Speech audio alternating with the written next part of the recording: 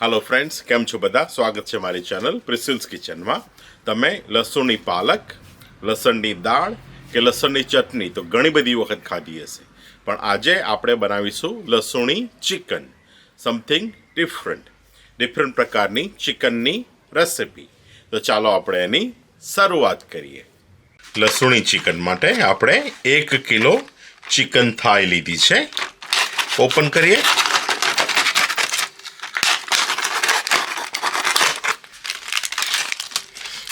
તમે જોઈ શકો છો કે એકદમ સરસ અને ફ્રેશ છે। આપણે એની સ્કિનને રિમૂવ કરી દઈએ। આ જેની એક્સ્ટ્રા સ્કિન છે એને પણ આપણે રિમૂવ કરી દઈએ। તમે જોઈ શકો છો કે ચિકન સરસ ક્લીન થઈ ગયું છે। આપણે એને વોશ કરી દઈએ અને મેરિનેટ કરીએ। ચિકનને મેરિનેટ કરવા માટે અડધો કપ જેટલું દહીં, 1 મોટો ચમચો લસણની પેસ્ટ, 1 ચમચી મરચું, અડધી ચમચી હળદર, 1 ચમચી ધાણા જીરું પાવડર, અડધી ચમચી કાળી મરીનો પાવડર। ચિકન આપણું સરસ કલરિંગ દેખાય એના માટે થોડો કલર અને 2 ચમચી કુકિંગ ઓઇલ। ચિકનને સરસ મેરિનેટ કરી દઈએ।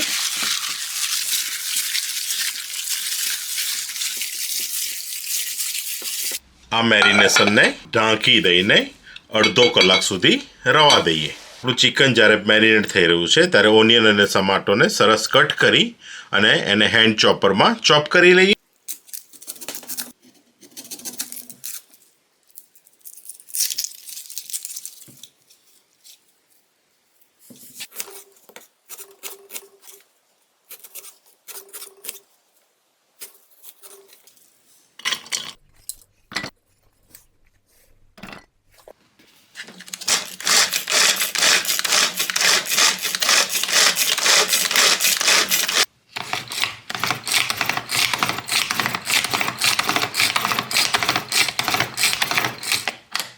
મેરિનેટેડ ચિકનને સરસ આપણે ફ્રાય કરી લઈએ।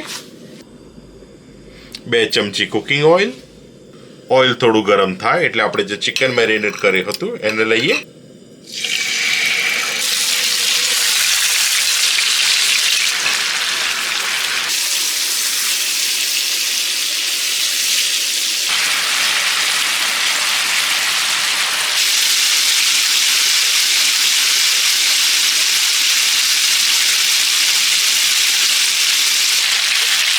તમે જોઈ શકો છો કે આપણું ચિકન બહુ જ બ્યુટીફુલ દેખાઈ રહ્યું છે।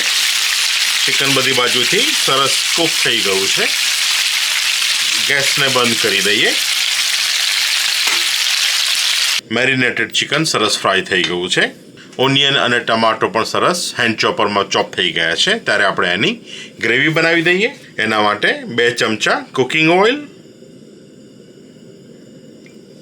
ઓઇલ થોડું ગરમ થાય એટલે 3 લસણની કળીઓ આપણે એને નાની નાની કાપી લીધી છે એ લઈએ। ધીમા તાપે એને સરસ શેકી લઈએ।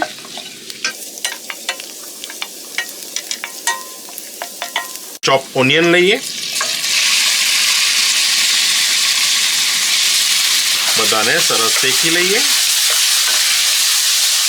ઓનિયન સરસ ગોલ્ડન બ્રાઉન થાય ત્યાં સુધી આપણે એને શેકી લઈએ।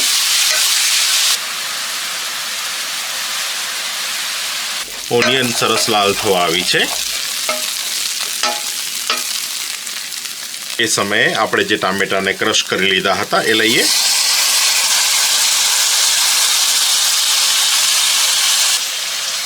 અડધી ચમચી મીઠું। બધાને સરસ ફેરવી લઈએ।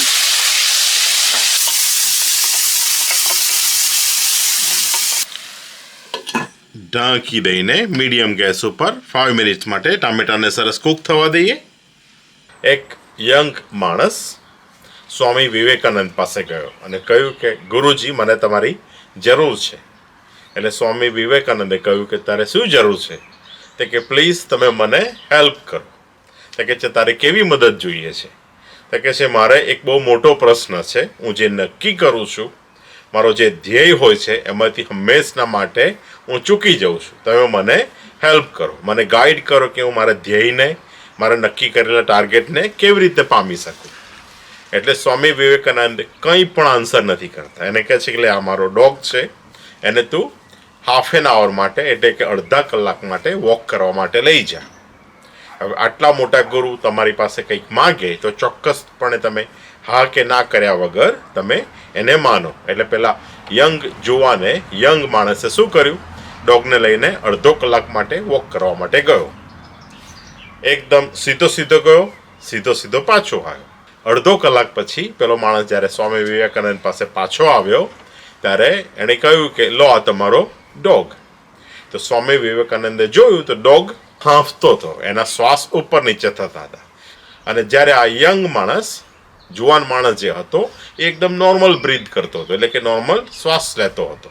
એટલે સ્વામી વિવેકાનંદે પૂછ્યું કે તું નોર્મલ શ્વાસ લે છે, તું આરામથી શ્વાસ લઈ શકે છે, અને આ ડોગ કેમ હાંફે છે, આ કૂતરો કેમ હાંફે છે? એટલે પેલા માણસે કહ્યું કે તમે મને કામ આપ્યું હતું કે તું અડધો કલાક ડોગને ફરવા માટે લઈ જા. હું ગયો અને સીધો પાછો આવ્યો, પણ જતા રસ્તામાં આ તમારો જે કૂતરો છે અહીં ફાંફા મારે, ત્યાં ફાંફા મારે, અહીંયા દોડે, ત્યાં દોડે, એ કરવામાં એ હાંફી ગયો. એટલે સ્વામી વિવેકાનંદે કહ્યું કે જો તને તારો જવાબ અહીંયા જ મળી ગયો. તારું ધ્યેય હતું કે અડધો કલાક ડોગ ચલાવવાનું, તો અડધો કલાક સુધી ડોગને ચલાવીને પાછો લઈ આવ્યો. તને કોઈ પણ પ્રકારની મુશ્કેલી થઈ નહીં, એને સીધો તું પાછો આવ્યો.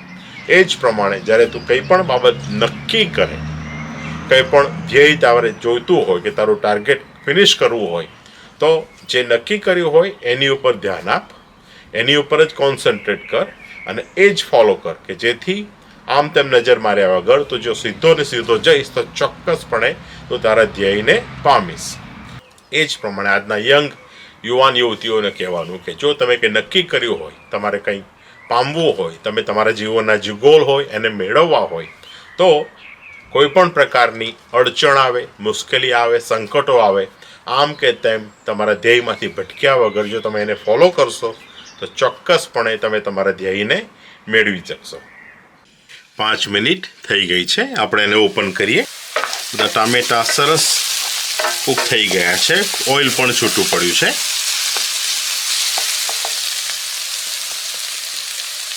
આ સમયે આપણે જે મેરિનેશન વખતે જે એક્સ્ટ્રા મેરિનેટ રહ્યું હતું એને એડ કરીએ.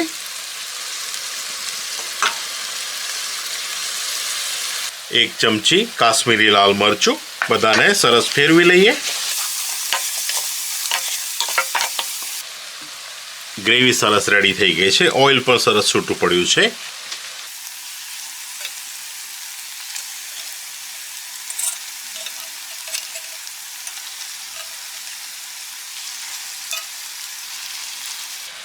થોડી લસણની આખી કળીઓ,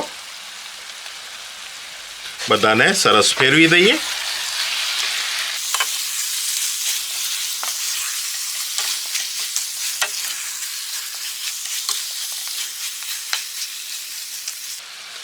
થોડું પાણી એડ કરીએ કે જેથી આપણો મસાલો નીચે બળે નહીં.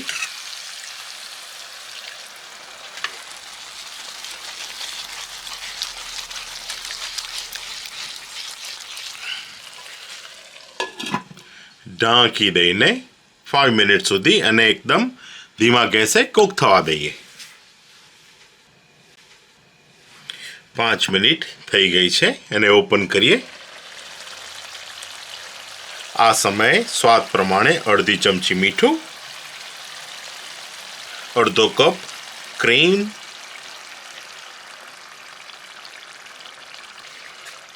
સ્લાઈસ લીલા મરચા અને 1 ચમચી કસૂરી મેથી, બધાને સરસ ફેરવી દઈએ.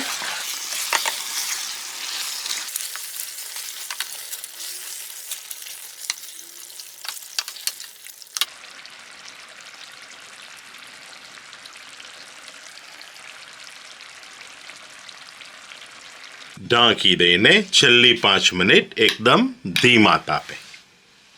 5 મિનિટ થઈ ગઈ છે, આપણે એને ઓપન કરીએ. વાવ, ઇટ્સ લુકિંગ બ્યુટીફુલ. તમે જોઈ શકો છો કે આપણું ગાર્લિક ચિકન રેડી થઈ ગયું છે. બધો મસાલો સરસ કૂક થઈ ગયો છે, ઓઇલ પણ છૂટું પડ્યું છે, પીસ પણ એકદમ સરસ રીતે ચડી ગયો છે.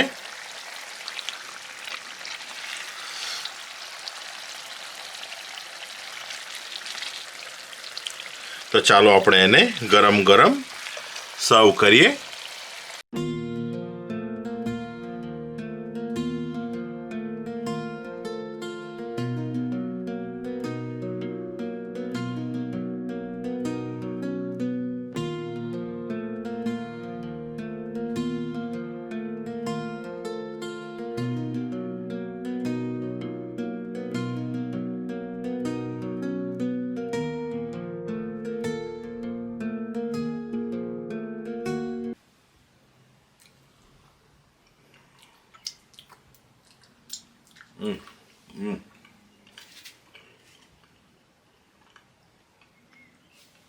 Super.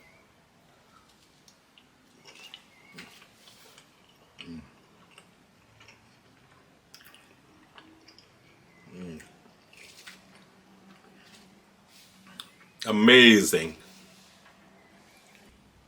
એકદમ યુનિક રેસિપી. ચોક્કસપણે બનાવજો. બધા જ ખુશ થશે, હોંશે હોંશે ખાશે. ચિકનમાં લસણનો ટેસ્ટ ઓલ ધ વે આવે છે. જો તમને મારા વિડીયો પસંદ આવતા હોય, મારી રેસિપી પસંદ આવતી હોય તો પ્લીઝ તમે તેને લાઈક કરો, મારી ચેનલ પ્રિસિલ્સ કિચનને સબસ્ક્રાઇબ કરો, શેર કરવાનું ભૂલતા નહીં. And we see you with another video. Thank you. By.